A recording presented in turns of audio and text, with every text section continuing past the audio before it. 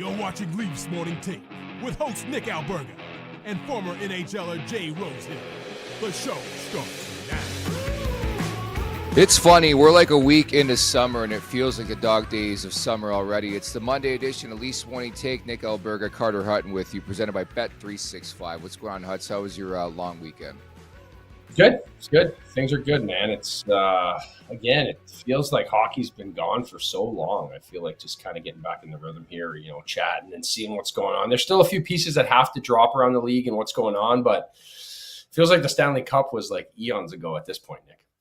It does. I won't lie. I thought you'd pop on here and you'd have a nice Jack Roslovic type 10 going on, but you don't, man. Like, what have you been up to the last couple of weeks? Not bad. I got like the golfer's tan for sure. I don't know if you can see. How much can I show on there? Yeah, okay. I don't know. Yeah, whatever you want. It's YouTube. Yeah, honestly, we've been busy, man. Just kids and life and on the go. And it's been honestly a lot of fun. My wife runs a golf course, so she is in full tilt and I'm just staying in. We went out this morning, we took our dogs and we went to the baseball field. Get this. So we're at the baseball field, right? This old guy that takes care of the fields. He's on one of the other fields. So I go to a small one. I'm pitching tennis balls to my kid. He's 7. So he can hit balls and the dogs can run. And this guy wheels over. And I knew that I kind of knew we probably shouldn't have our dogs out there, but we're taking care of them, looking after them. He just comes over and he's like, "Get your dogs off." Just starts going nuts in front of me and my kids. And I was like, it took all my life to me not to just get fired up and try to fire back and get going with this old guy in front of my kids. But I was like, man. And I was trying to explain to my kids after, just talk like a normal piece. Even if you're upset or someone's doing something wrong, it's all about how you approach people. I feel like that was just insane old guy move to the T. Very well said, but that has happened to me quite a bit. As you know, I grew up in Oakville, and when I used to take my dog out near my parents' place all the time, once every visit, walking my dog, it would happen where I'd go on the baseball field. I went on for the past decade. I would throw her baseball. She would bring it back. And then one day it just happened where this guy lost his shit. And I guess it had been a new rule that you really can't go on a baseball field with your dog anymore. I guess they're tired of picking up the shit. And I think it ruins the grass and the pissing and all that. But it's something that's changed recently where it's I get it sort of because they have made a lot of dog parks across Ontario and across Canada. Yeah, I 100% I get it. I get this guy's theory. And even me going out there, I knew I was kind of in the wrong. I knew I went to the furthest field away from this guy because I figured this would be an issue. But I was there's just a way to approach people, right? I just you just come out guns blazing. I was in front of my kids too, man. Was I fired up? It took the life of me not to walk back and start getting the wires crossed a bit. Huts, I will say, and I'm sure we've talked about this a lot, there is something about Mondays, man. I wake up on a Monday and I'm it just hits different. Maybe it's the long weekend. Maybe it's the couple drinks I had on Friday and Saturday, but they just hit different. And maybe I'm giving this guy too much credit. Maybe it was the case of the Mondays and he woke up and he's like, shit, it's another Monday. It happens. It happens too. And it's not I was just, whatever. It is what it is. I just thought it was a funny, just modern day old guy, just so mad that we're out there. Get off my lawn. Get my kids back inside so they can be on a screen there, you old timer. Well, I'm sorry you dealt with that today. I'll be nicer than the groundskeeper did. You always are. You and your wife. I love you, buddy. Our Super Chat charity partner this season is Sick Kids. Want to make sure that your question or comment gets on the show. Hit us up with a Super Chat. Proceeds from our Super Chat will go to Sick Kids, ranked the #1 research-intensive children's hospital in Canada and 3rd in the world. The offseason is always so intriguing for me, Huts, but it's more so the stories about what didn't happen that gets me. From the Leafs perspective, Elliot Friedman put out his final podcast before summer hits for him. And a couple of tidbits, even, from places not 32 Thoughts. But JJ Peterka was a very, very fascinating name on the trade market prior to the draft in Los Angeles. He ends up going to Utah, but it sounds like the Leafs are involved in that one, which is a bit surprising because it's inside the division. It's Buffalo out of all teams, but I wondered what Peterka would have looked like in Toronto, and on top of that, what they would have to give up. Maybe it's a Brandon Carlo, but obviously that ship has sailed. I know a lot of people in this conversation here on YouTube have thrown the name Alex Tuch out there. You're a guy who played in Buffalo. Do you see any connects or links, and do you ever wonder what Peterka would have looked like in the blue and white? I think he would have looked good. He's a good young player. Yeah. He's strong. I think with the future that Matthew Nyes has, a guy that can finish around the net, and him and his big, strong body and how he plays, I think it would be a good fit. The fact of the matter is, I think when Buffalo sits down and they look at trading a guy that is, obviously been an established goal scorer and where he's at, shipping him out to Utah was kind of the only decision that probably had to be made. I still find the Peterka deal weird, right? For Buffalo, a team that struggled for so long, you have a guy who's really come into his own in the NHL, and then you move him out. My biggest thought is like he just didn't want to be there, right? Like It's true. Fact, Yeah.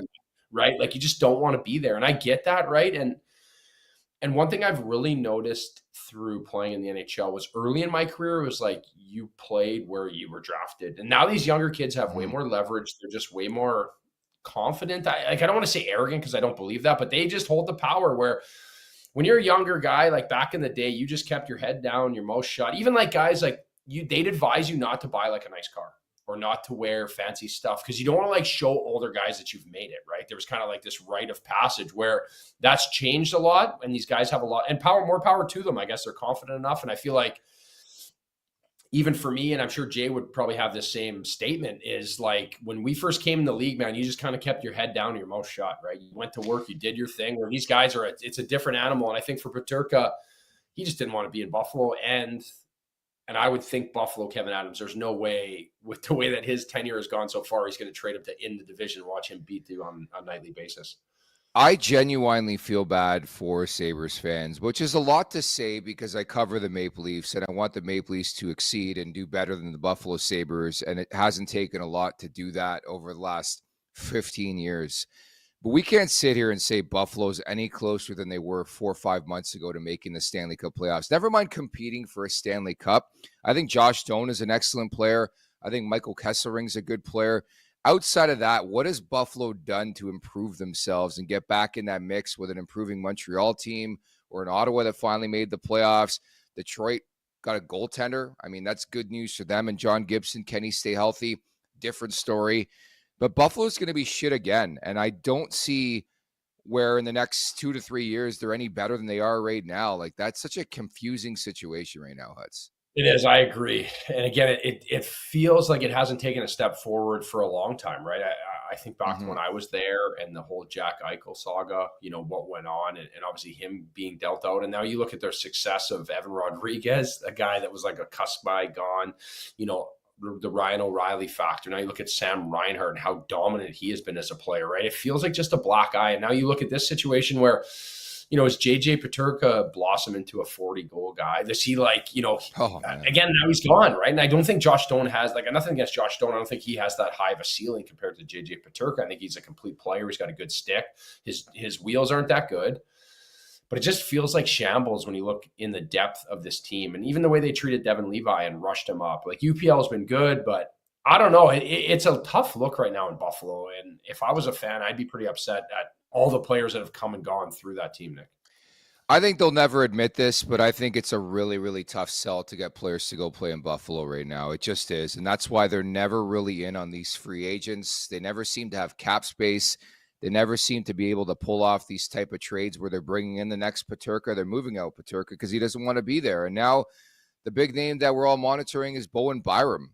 And it's like, didn't they just pick up Byram a couple years ago to be that guy? They dealt him for Middlestat in that, cheeky little trade with Colorado. And it seems like every time the Sabres take one step forward, they take 2 steps back. On the Maple Leafs periphery, another name that had been out there that we reported maybe a month ago on this show because of his connection to Brad Treliving was Andrew Mangiapane.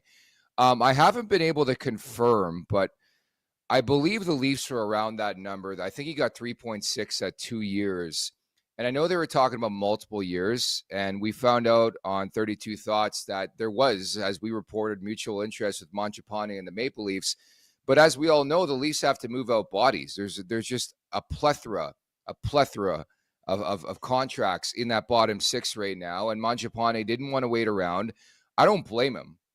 How many times have we seen in free agency where guys wait around too long and they lose their spot? I do think this year is different. Just look at what happened with Nikolai Ehlers. He took a couple days and everything was great. He got his contract with Carolina. He got 6 years, not 7, which I thought was interesting. But Mangiapane is a guy who we identified probably could make the top 9 better, but I do understand his decision to go to Edmonton. Yeah, it makes sense, right? When you're going to go to a team who's on the cusp of winning the Stanley Cup 2 years in a row, you're going to be in a good situation to succeed contract-wise. And then you look at players like Connor Brown moving on from there, who had tough years, but good playoffs, got contracts. Corey Perry, what it did for him and the contract he got, Klingberg, and just being around a winning team, it kind of sets you out into the market with more potential to sign. And that being said, when you're taking a short-term deal instead of, it's different when you're locking in a 6-7 year deal, like who cares? But for Mangiapane, a short kind of show-me deal, it's a good situation. And for the Leafs, you look at Ehlers in the waiting around, but he was the big dog left in the market, right, Nick? So, like, for him, I don't feel there was as much pressure. He probably knew his teams.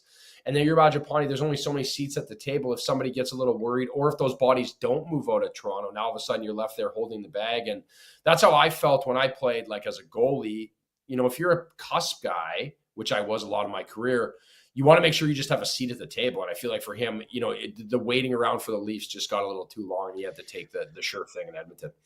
I think there were conversations about maybe a 3-year deal around 3.75 per season. He ends up getting, I think, 2 times 3.6 with Edmonton. But rest assured, there were conversations. They couldn't make it fit. And again, worst place to go in terms of on-ice product. You're going to play with Leon Draisaitl every night, and I get that for Mangiapane's sake. What did you think of the goaltending market? Not much out there. I mean, Jake Allen, from what I understand, Jake Allen was sweating it out, man.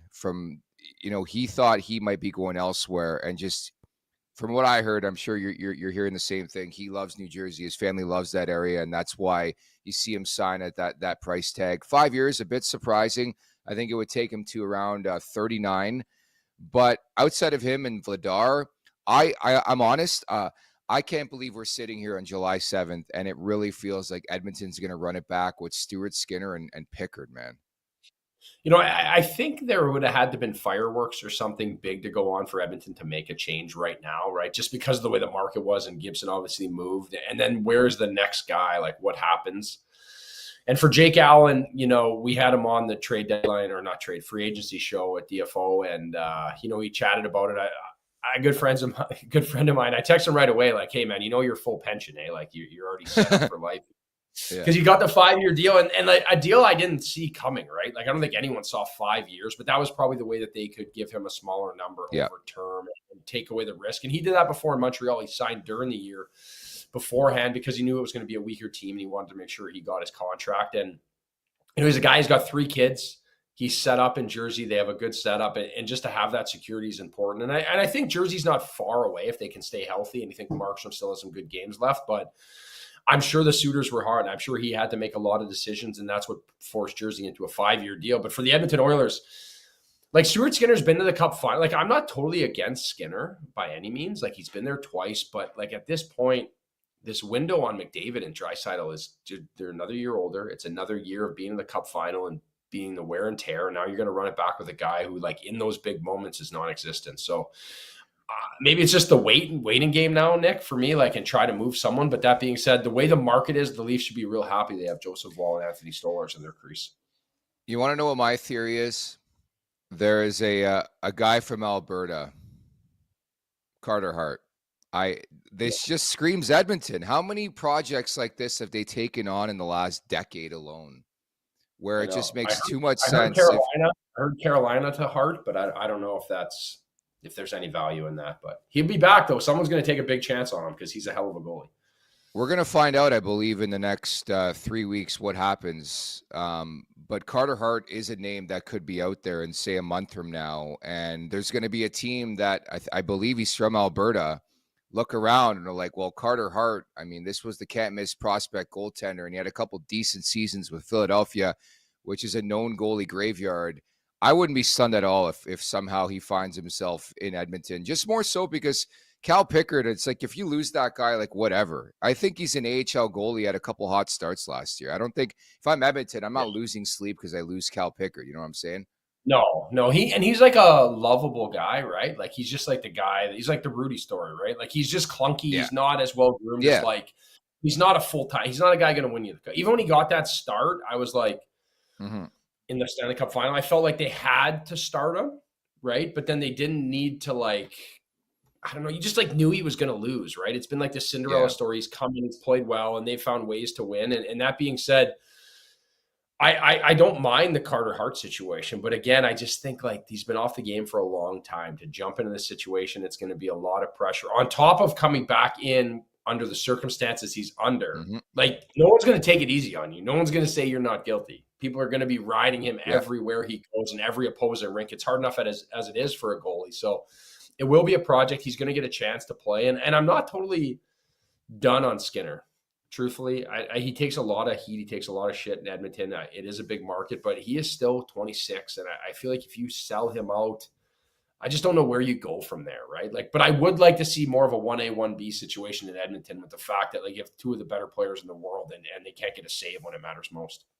Thanks for Randy in the chat confirming, yes, Sherwood Park, Alberta is one Carter Hart. He's from there. And I could see a scenario where you go with that type of tandem or a duo as if, he comes back to the NHL as a backup to Stuart Skinner. They're changing their goalie coach. How much does that matter? It doesn't, honestly. Like, so they're not winning shit then. Okay, that's your tone. It's like, I feel like it's a cop-out, Nick. Like, honestly, I feel like the goalie coach is like, he helps you out, but at the end of the day, like it's almost less work in the NHL to be a goalie coach because guys are so established and you're playing so many games. You're just like tweaking things. It's more about like relationship building and like knowing when to be hands off. And I've had that conversation lots with guys. When you get a first year goalie coach, a new guy, at times, and you're a veteran, you have to be like, holy, like relax, man. Like you're stressed out. We lost last night, but like, it doesn't matter. We're going to go back to work. We're going to do our thing. And I feel like that's the establishment where sometimes with younger guys and younger goalies, you almost put in too much, right? You make it more complicated when it is, where if you're not ready by training camp to be good in the season, it's really like you're trying to catch a moving train at that point. Fair enough. We'll see what Edmonton does. But as we all know, I specifically am tracking that team for one reason and one reason only. A guy who's from nearby and wears 97 and is the captain of the Oilers, who still needs a new contract, who's still slated to become a UFA on July 1st, 2026. At the Leafs Nation 401 on YouTube. Hit that like button.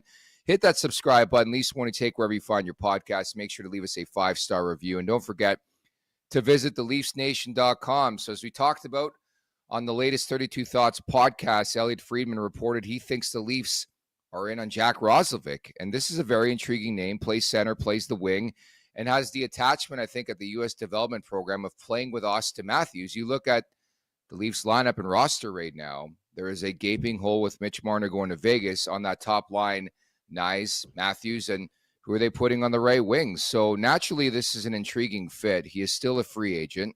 Do you like the look of looking at Jack Roslovic right now? I don't mind it. As a right shot, centerman can kind of play up and down your lineup. He's a good player.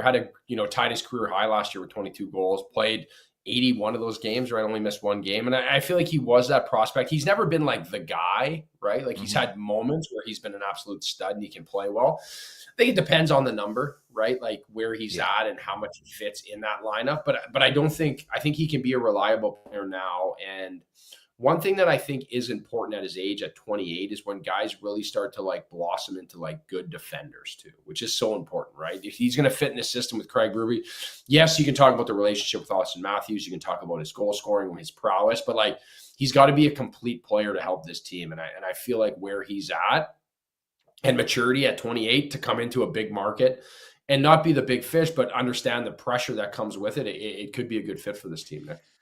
I'll be honest, I'm lukewarm on this. Like, for example, I'm not bringing in Jack Roslovic to be in my top 6. I think on a championship-winning team, Jack Roslovic's a guy who's on my 3rd line, maybe my 4th line. And I think there is this expectation, if they look at Roslovic, that because he knows Matthews, he's going to play on that top line. I just don't see it that way. Like, if this is their big master plan to bring in a top 6 forward and they prioritize the top 6 forward and it ends up being Jack Roslovic, I'm going to be very, very disappointed. This is a guy I think you take a flyer on, low value, low risk, high reward type contract, and you hope for the best in your bottom 6, and then he scores a big goal for you in the playoffs. He's not a guy I'm bringing in to play with Matthews and Nyes in the top line. No, I don't think he would. I think he'd slow that line down too, skating wise too, right? And where they're at, their ability. So that's important too, right? You need to have that because it's a big hole to fill, right? Like Marner played in a lot of different situations and could play well and produces a lot of points. Nick, for me, it's not about the 100 points in the regular season Because again, like you look at Florida, if you compare points like per team and Carolina and different teams that didn't have a lot of big scoring, like the points are irrelevant as long as you're getting in the playoffs and playing well at the right times and having the right sort of players. So I do think he would add that. But again, I think slotting is going to be real important when you talk about Roslovic down this lineup and where they had a little bit of weakness last year in their lineup when you talk about their bottom six.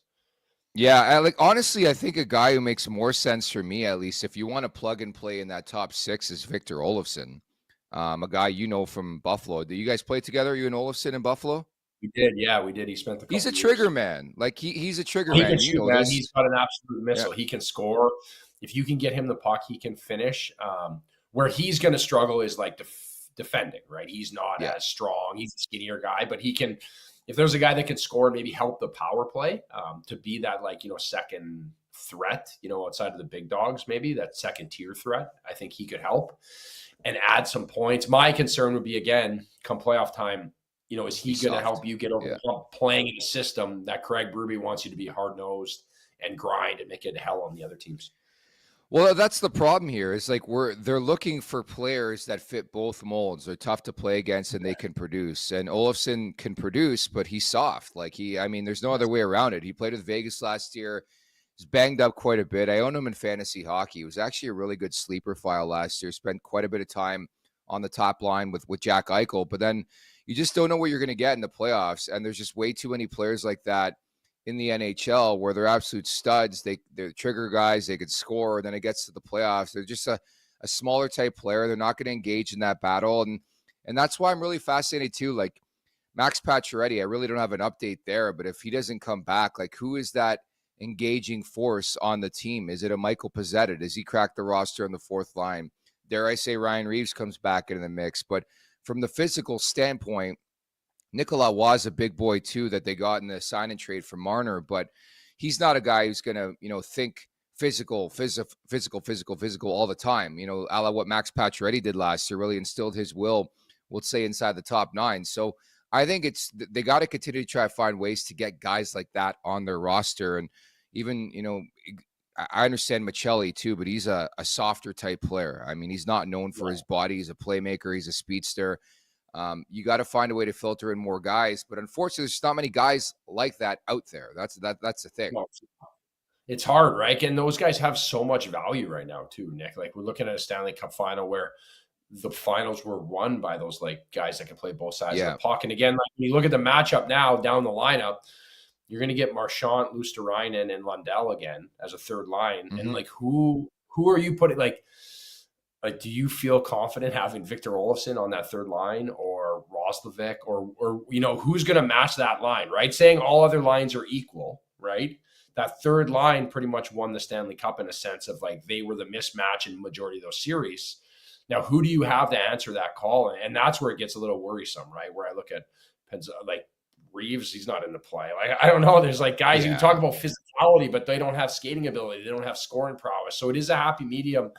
When you look at the Atlantic, it's not going to get any easier next year. In support of Sick Kids, Devin Foyston, thank you so much for the super chat. Much love from Sudbury, Ontario. Love that big nickel. How close do you think Tree is at getting Kadri? Well, Devlin, if you missed the show last week, Dave Pagnotta was alongside his co-host. I just don't see a fit. On top of that, it sounds like the only way Kadri's going right now in Calgary is if he goes to management and says, hey, I would like to go somewhere else. I don't believe in what's going on here. He's coming off an incredible season. I understand why people are looking at Kadri. I mean, there's revisionist history there. Obviously, the way he left, it's kind of funny. Ever since he left, this team's been looking for a guy like Kadri. And how many times is a guy who's been tiptoeing that line, crosses the line, seemingly get traded, and then turns into a Stanley Cup champion with the Colorado Avalanche? I don't get the sense anything's close. I don't even get the sense the two teams are talking. You can't forget that, too, the history with Tree living in Calgary. And why would Calgary engage in a conversation like that and deal their best player? I just don't see a fit. I would love to see Nas back in Toronto. He's always in Toronto, but right now I just don't see it, Huts. No, I don't see it either. I feel like he would probably love to come back and be part of the Leafs and kind of smooth over the tenure and the way he lost. I feel like he's always bleeded for Toronto. And but that being said, there's just so much value in his game too, right? This is a team that Calgary, obviously, I think exceeded expectations last year, to say the least, with Dustin Wolf and the way that it had gone and the fit there. So I just don't see that being a trade that even comes up unless they're overpaying in a sense that makes no sense in the deal anyway, right? Well, I just wanted to clarify because folks in the chat are saying, how do you not see him as a fit? He is a fit. I say a trade fit. I don't know what Toronto would give up to Calgary. Like, Yes. What are you giving up to Calgary? Because Calgary's taken that next step. I think the rebuild, they're still rebuilding, but like they almost made the playoffs last year. They got a bona fide number one goaltender. They got some good pieces. They got Rasmus Anderson in a contract year. I just don't see from that standpoint what kind of fit the two like would they be a match, these two teams in a trade? Like, I mean, I don't even know. I think he's a fit, like he's a dog, right? And we talk For about sure. like Yes. like you want guys like him in your lineup in the playoffs and everything. But that being said, like, what are you giving up to get him? And I feel like they're going to ask for a hell of a lot if you want to get him.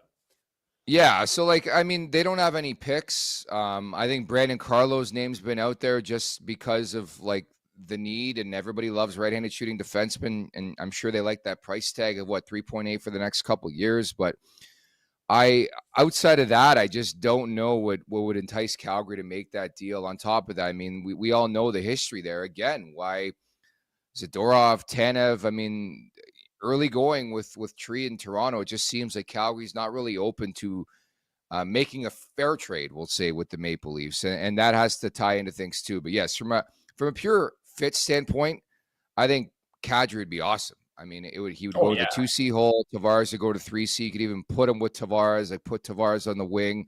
I think that would be unbelievable to get Naz back in Toronto. I don't know why Calgary would trade the guy right now, quite honestly. Never mind if it's Toronto or anywhere else. Yeah, it's trending in the right direction too, right? And again, I don't think teams now, where Calgary was this borderline team where it's like they were in a rebuild and they were going to trade everyone away, and then they decided they weren't because they kept winning. And it was always like felt like the bottom was going to fall out of it, but it didn't, and they kept pushing. And now you're at that point where is a true rebuild the way to get yourself back? And I don't know if it necessarily is, right? I think the perspective of how you build your team around the cap and how you set yourself up for future success during a build isn't ripping it down to the bare bones, right? Again, and I think Buffalo, circling back to them, like I feel like they shot themselves in the foot during the tank years and trying to get McDavid, and they get Eichel, and they had all these guys. It just never has worked out in that chemistry. So I feel like if you are close with your team and you have a good goalie, you have something there. And I think there's value. I think the way Anaheim has done it with Verbeek is having good young players, but then having good veterans around, like Nazem Kadri, right? Like guys like that, what they've done in Anaheim, I think that's done a good job of keeping guys around so the young guys don't run the team either, right? You don't want to give everyone the keys to the castle and think that they've already got it all figured out. So I think the way that they're building in Calgary right now makes sense. So that being said, moving Kadri out to a team in Canada where he can be an absolute weapon, you'd have to be asking a lot, in my opinion. I think it's a pipe dream right now, but stranger things have happened for sure. At the Leafs Nation 401, hit that like button, hit that subscribe button. Huts, can I interest you in a overly used, very used Evgeny Kuznetsov, who by all accounts wants to make another return to the NHL? I can't believe this guy's 33. I feel like Kuznetsov's been around for 50 years, but he spent last season with SK St. Petersburg and the K at 39 games, 12 goals, 25 assists, 37 points. I think there's been a lot of conversation. Maybe he ends up in Montreal, played with Demidov there. They ripped it up together, father and son type combo. But he does play center. The Leafs do need a center, but the way I view Kuznetsov at this point in his career, I know he's just 33. It seems like he's like 43. He's more of like a 3C, bottom six type guy for me.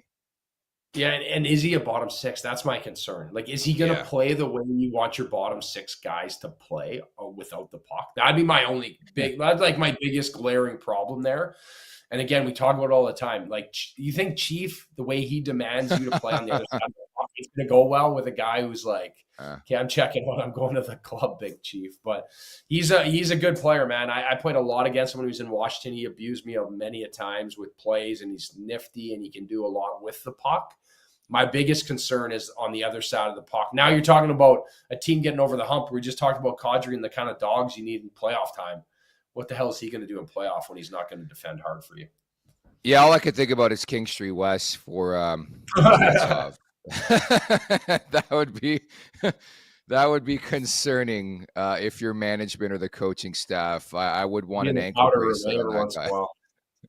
Yeah. I would want an ankle bracelet on Kuznetsov just to track his whereabouts, like an I Apple remember he Tag, caught me with that, that move that he does behind the net where he like goes for the wraparound and then he reverses it. I remember it was, Yeah. I think, I don't know if it was an exhibition game or something. He fed it back to Oshie and I came across and I'm on my other post and I'm like looking, waiting for the puck. Next thing you know, I just hear the light go on and the sirens. It's already in the net because he did that draw pat. That was like my first experience with it. And I was like, that one got me. And then every other time I'd wait because he just makes you look stupid. He was nifty.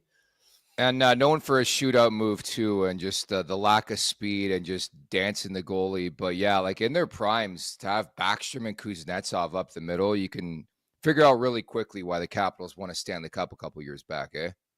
Well, that was always the argument when people would be like, well, where Ovi's shooting from. And I'm like, okay, what about Backstrom? What about Oshie? What about Carlson? What about Kuzi? Like there's so many threats. And they put you in the blender, and then all of a sudden the puck goes over and Ovi takes a one-timer, right? It was a tough place to play, especially in Washington. I'm interested by Washington. I don't know what the last year for Ovechkin looks like. And I sort of predicted, I mean, I know they make it to the second round, but it was very Vancouver from last year where it's like, yeah, nice story, but then you get to the playoffs and then you find out they're a okay team, but they're not the cream of the crop. And then they really don't add much here.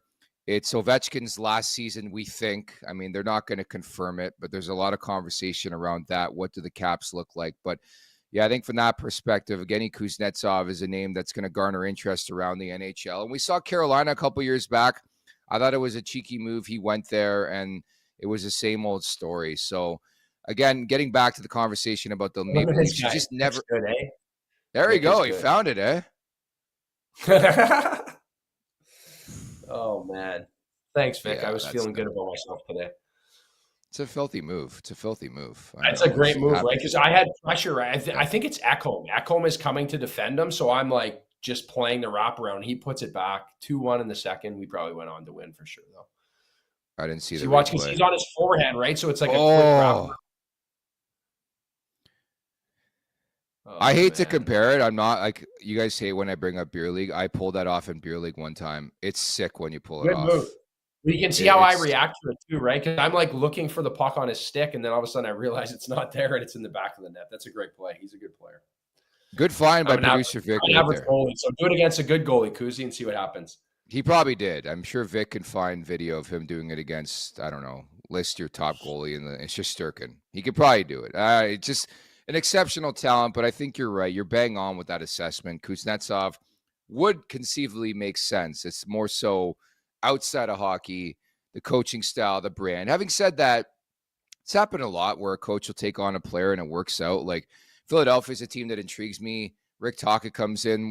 What's the first order of business? They bring in Mr. TikTok himself, Trevor Zegras. So it's like, I don't know. I think coaches understand talent, and it's hard to find talent. And I know Kuznetsov's 33, but you bring him in the mix. I mean, you take your chances and see what can transpire there. But yeah, maybe it's not so much a fit here in Toronto. At the Leafs Nation 401, hit that like button, hit that subscribe button. So Nicky Robertson gets married over the weekend. Congratulations to him and his new bride. And he also files for salary arbitration. Did you ever do ARB, by the way? No, never went to ARB. I don't think I even heard some horror stories about that, you know? Because I was older than like my UFA years because I didn't start till later. The only arbitration when I saw we were going to chat about this, Linus Hallmark went to arbitration the 1 year in Buffalo and went into it and all this stuff. And he goes into the meeting, and I guess in the meeting it's pretty cutthroat, right? Like he was pretty upset about what they said to him, and so he calls me after he signed his deal. I like text him being like, "Hey, congrats, man! Like happy you got it done." And we're like chatting on the phone.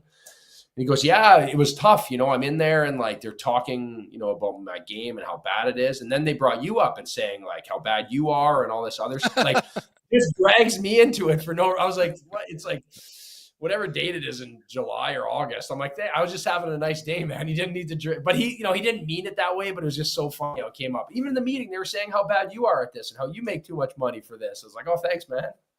Wow. Just how about you taking random strays in a salary arbitration case? That hurts quite a bit. But Robertson made $875 last year. He was qualified by the Leafs last week. 918 or just under 919, I believe, would be to retain the negotiating rights. And we'll see the hearing, potentially if they don't come together in a new deal between July 20th and August 4th. But it's just so interesting to me. We've been talking about a Nick Robertson potential trade for like 5 years. And now I look around the league and the Maple Leafs have cap space and they got this glut of guys in their bottom six. And I could see a pathway, believe it or not, where Nick Robertson is back in Toronto. Like, I just don't see that. Like, I don't know who's trading for the guy. I think there's like multiple guys on the Maple Leafs roster right now who could very much find themselves on waivers to start the year, whether it's David Kampf, Calle Yarncroke. I don't know if you could do that with Nick Robertson because still there's that appeal that he does score goals, especially after he gets scratched for a game. But there's just so many guys in that threshold for Toronto where they're good players, but what kind of value do they have is the question. I know. I agree. I don't like it's at the point where it's just run its course. And I think all parties involved, it might benefit him just the change of scenery, right? To go somewhere else and play and have a chance to have a fresh fit. But the fact of the matter is, like, I'd probably be going to arbitration too if they offered me $900,000 and I just scored 15 goals in like a limited role in 69 games. Yeah. And I think he's worth more, like as a player, like he's earned that, right? But as a team, I understand why they're like, hey, we're just qualifying you. Like, we're going to try to get as little as possible. But, that's why players have the right to do it. But that being said, I just don't know where this number ever fits him fitting in the lineup. Again, I feel like it's just going to be another one of those years if they were to keep him where he moves on. And I think he could be a great value to a team who isn't trying to win a Stanley Cup. I think he could go to a team that's maybe just trying to make the playoffs or just try to be a little more in the mix because he's still got a lot of talent and he can score.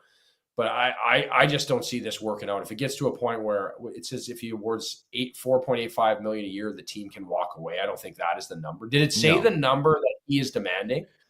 No, that won't come out, I believe, till prior to the case. So they can still they always go high, right? I was always told by guys like you just make like a crazy amount and the team says a low amount and then at some point they find a way to meet in the middle. But that being said, with the amount of cap space the Leafs have and where they want to go, I just don't see this working at all. Yeah, I agree. But again, stranger things have happened. We felt that way last summer, and then he comes back and like same old story under Chief, Yeah. Oh, it is. And again, I feel like people do like him. There's times where, you buy in and he can play well. He's just that like inconsistent player, right? And I think that is the biggest thing holding him back from being like a solid everyday top guy is the fact that like, unless you're a generational talent, you really need to be able to defend consistently all the time. And that's the biggest thing that breaks guys through to play every single night and be relied on is the fact that they know what they're getting from you every night.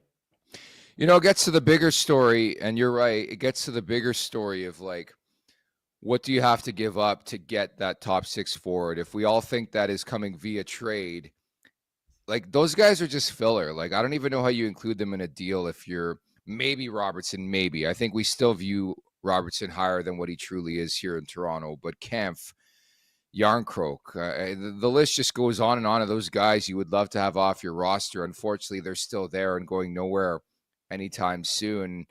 And I mean, there's a clear reason why Robertson hasn't been dealt is the value from the Maple Leafs perspective is not there. I don't know what teams are throwing their way, but I can't see it being more than a 5th round pick, maybe a 4th round pick. I think they view the asset and they're like, we're better off just keeping the guy. But I think last year became abundantly clear yet again, doesn't fit the mold of this team. Like, yeah, he scores goals, but not exactly what they're looking for. And I just don't know how you can do it again. I really don't.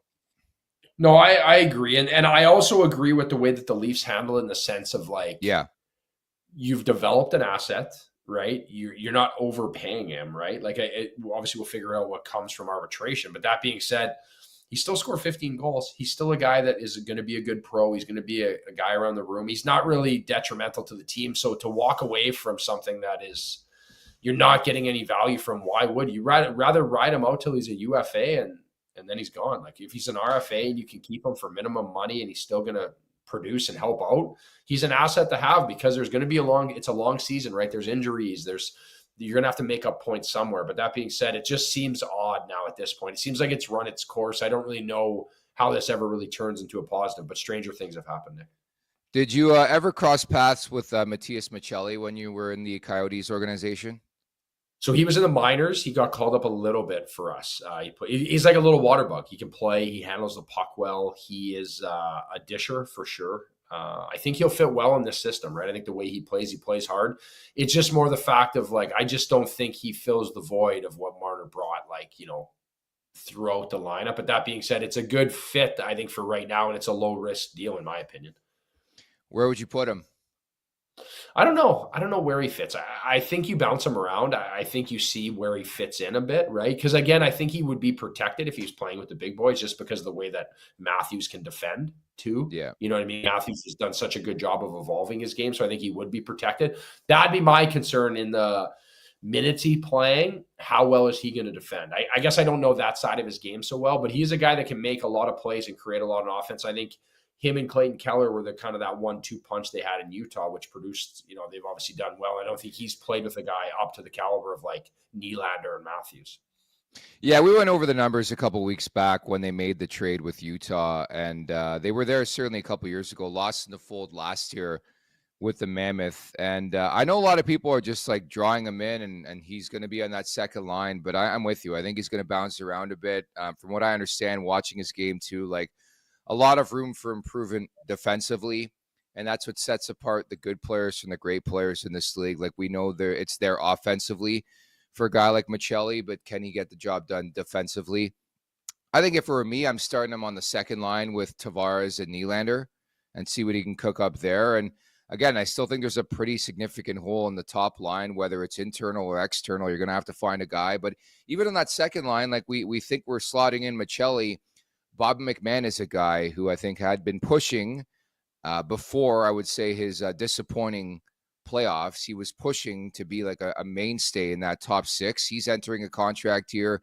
I foresee something where McMahon completely pops off and scores 30 goals next year. Like, I could see that pathway. The guy's a hired gun. But I think the best case scenario is these guys play above expectation. Obviously, guys like Michelli and McMahon, they create that depth this team has been looking for.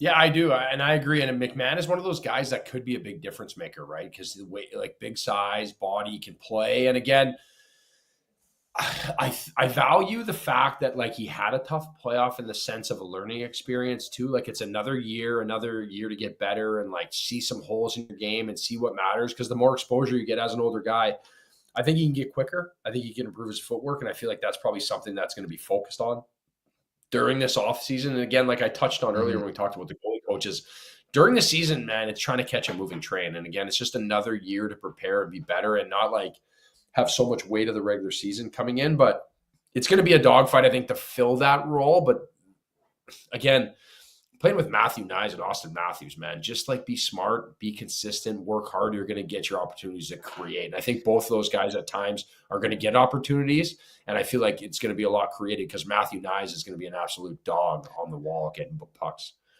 Yeah, talk about a garden seat on that top line, and we'll find out over the next couple months who could fit that significant role left behind by Mitch Marner, who's now with the Vegas Golden Knights. Folks, we're inching closer and closer to 18.4 thousand subscribers. If you can do so, even on the way out today, hit that subscribe button, hit that like button. Before we wrap, Huts, I know we haven't been together since free agency.